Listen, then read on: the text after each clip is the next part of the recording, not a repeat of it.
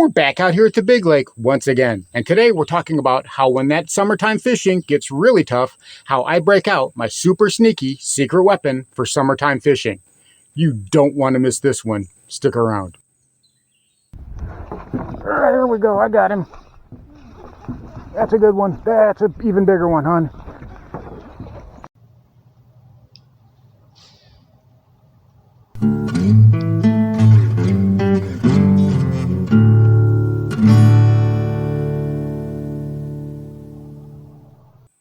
And here is this video's featured comment. Congratulations! If you would like to have a chance to have your comment featured in an upcoming video, all you've got to do is leave a comment. And now, on with the video. Welcome back to Lowbrow Fishing. And, well, pardon the gloom, we've got a tropical system that's moving in, so I'm going to try to get this video recorded as quickly as I can. My time on the water today was severely truncated, but I was able to get some things done that will allow you guys to see just exactly what I'm talking about today.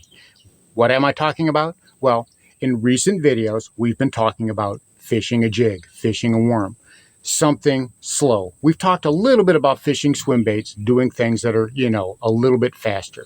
But today I'm going to go ahead and tell you about my secret weapons. These are not things that I really talk about. As a matter of fact, as far as I know, in the hundreds of videos that I've done on this channel in the past year and a half, I've never even scratched these two topics. Today, we're going to cover them.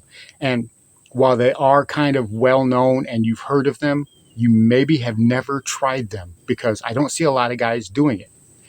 Well, what are we talking about? Well, as that fishing gets a little bit more difficult, a lot of guys go to dragging a jig, dragging a worm.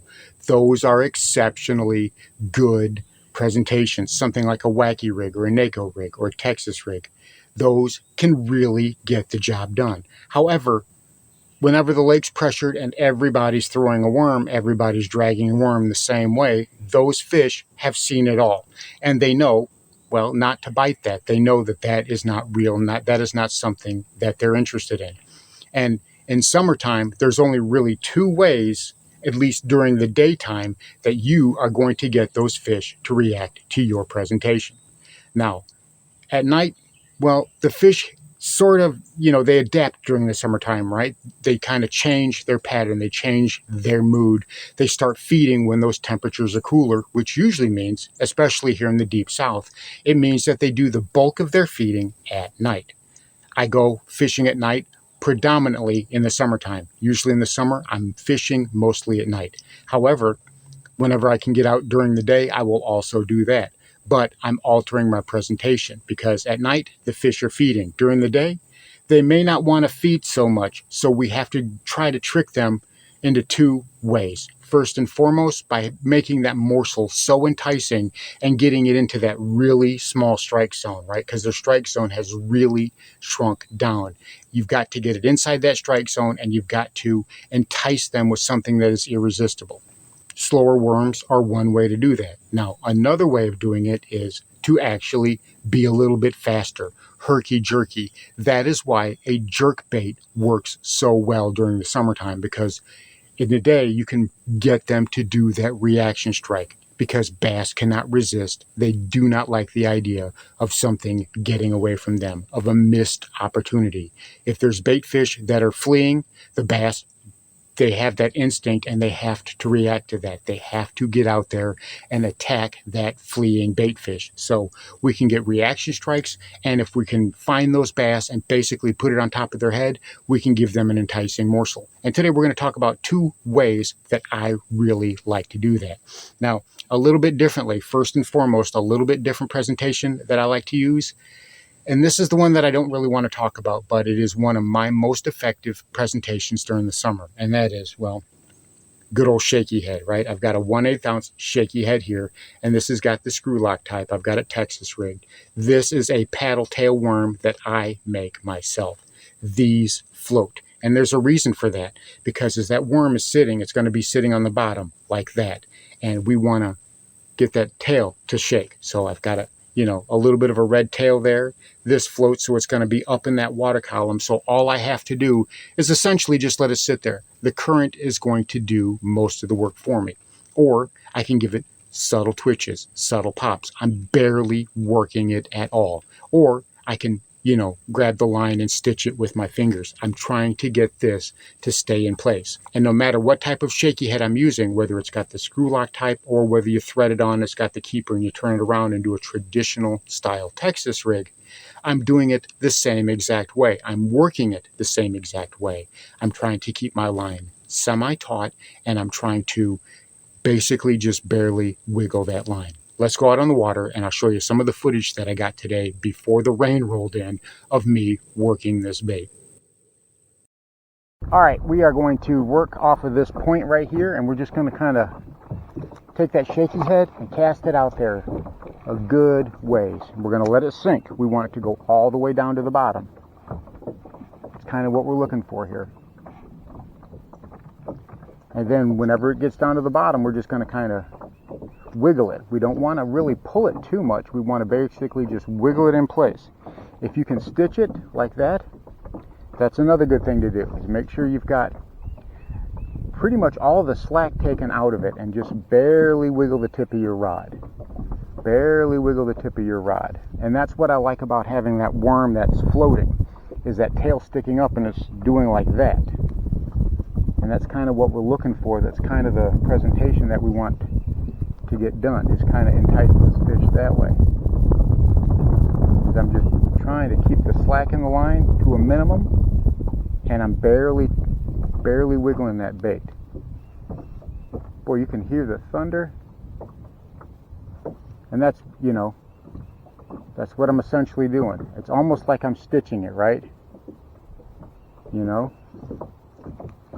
Boy, that was a big red dragonfly there. Well, a little red dragonfly. I can even go like this and throw it out that way and let it sink, let it sink, let it sink. Just going to kind of stitch it along the bottom as we kind of go along here.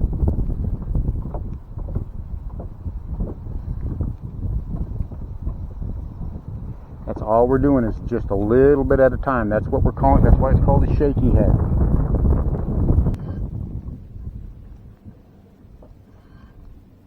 Kind of just let that tip wiggle. Kind of wiggling that tip just a little bit. I'm kind of hopping it along just a little bit on the bottom, not a whole lot. I'm trying to be uber subtle. It may look like I'm actually imparting a lot of action on that bait, but I'm really not. And it's a great method to use in the summertime. It's just a great little trick to use. It's an alternate presentation to a Texas rigged worm or a jig. It still gives you the bottom contact that you're looking for. It still gives you what you're looking for as far as bottom contact on your lure. But at the same time,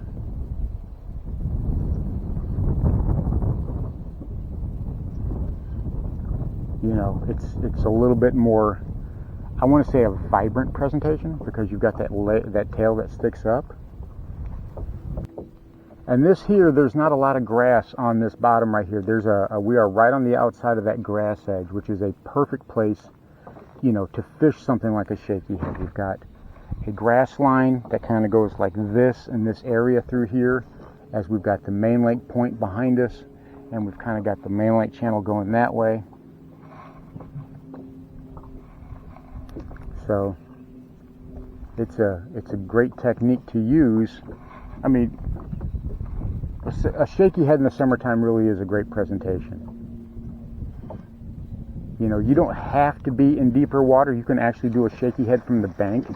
It's essentially the same thing. You're actually looking for the same thing, Okay, so you saw me out there using it in the way that I described. So what am I working it on? Well, you guys know this finesse combo by now. It's just 10-pound braid. This is my do-it-all finesse combo. It's a medium 7-foot. It's got a softer, moderate tip on it, and that's what I'm using for something like this. I don't want to overpower the bait. I want to use just enough where I can work that bait and manipulate that bait. So this is what I'm going with. Again, 10-pound braid to a 6 to 8 pound fluorocarbon leader. I believe I've got 8 pound on here, and that's just you know, that's all I'm using to work it with. And that's exactly, you know, that's what does the trick. That's what I'm getting my bites with.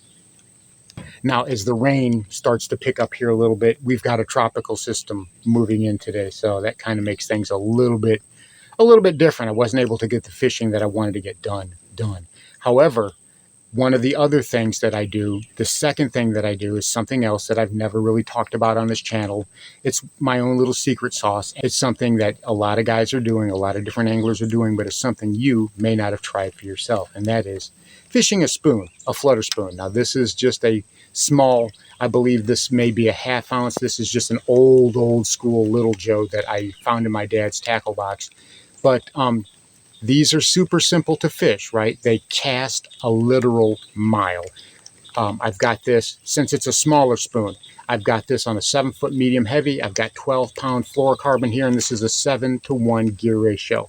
Now, bigger spoons are going to require bigger gear. You get those 3/4 ounce, 1 ounce, 1.5 ounce, great big flutter spoons that a lot of these guys are using. You're going to definitely want to upscale your gear to go with it. A 7.6 heavy, and you're going to be wanting to go 17, 20-pound fluorocarbon. That's what I use. But today, I was just throwing this little thing around because during the summertime, I'm going to downsize my presentation. And the way that I'm working this is just rip and flutter, right? I mean, that's essentially what I'm doing. Ripping it up, letting it flutter back to the bottom. And I'm working it that way all the way to the boat. And you will get hit on the fall 100% of the time. I've never actually been hit any other way with a spoon. I'm sure it probably could happen, but that's how I get hit with these is, you know, as it flutters down. So I was working with this just a little bit. I was throwing this around today just so you would have an idea of how I'm working these and how I'm able to catch fish with them. So let's go ahead and let's take a look and see just exactly what I was doing with it. And now another great technique that works very well in the summertime is a flutter spoon, you know. I mean, I got a small spoon on there, but that thing will cast a mile, and it's cast it out there, let it sink all the way to the bottom, right? And then rip it up, and then let it sink back down to the bottom, and then rip it up, and it's tumbling, it's spinning as it goes down, and you want to really rip it. Don't play around with it when you're doing your spoon, and you know, I mean, not like you're trying to jank it out of the water, but you do want to get a pretty good you do want to do a pretty good forceful flip on it. And that spoon, as it's going down, is going to be tumbling in the water. That's why they call it a flutter spoon. You know, grab it with your down here and your hand up here and do it like that.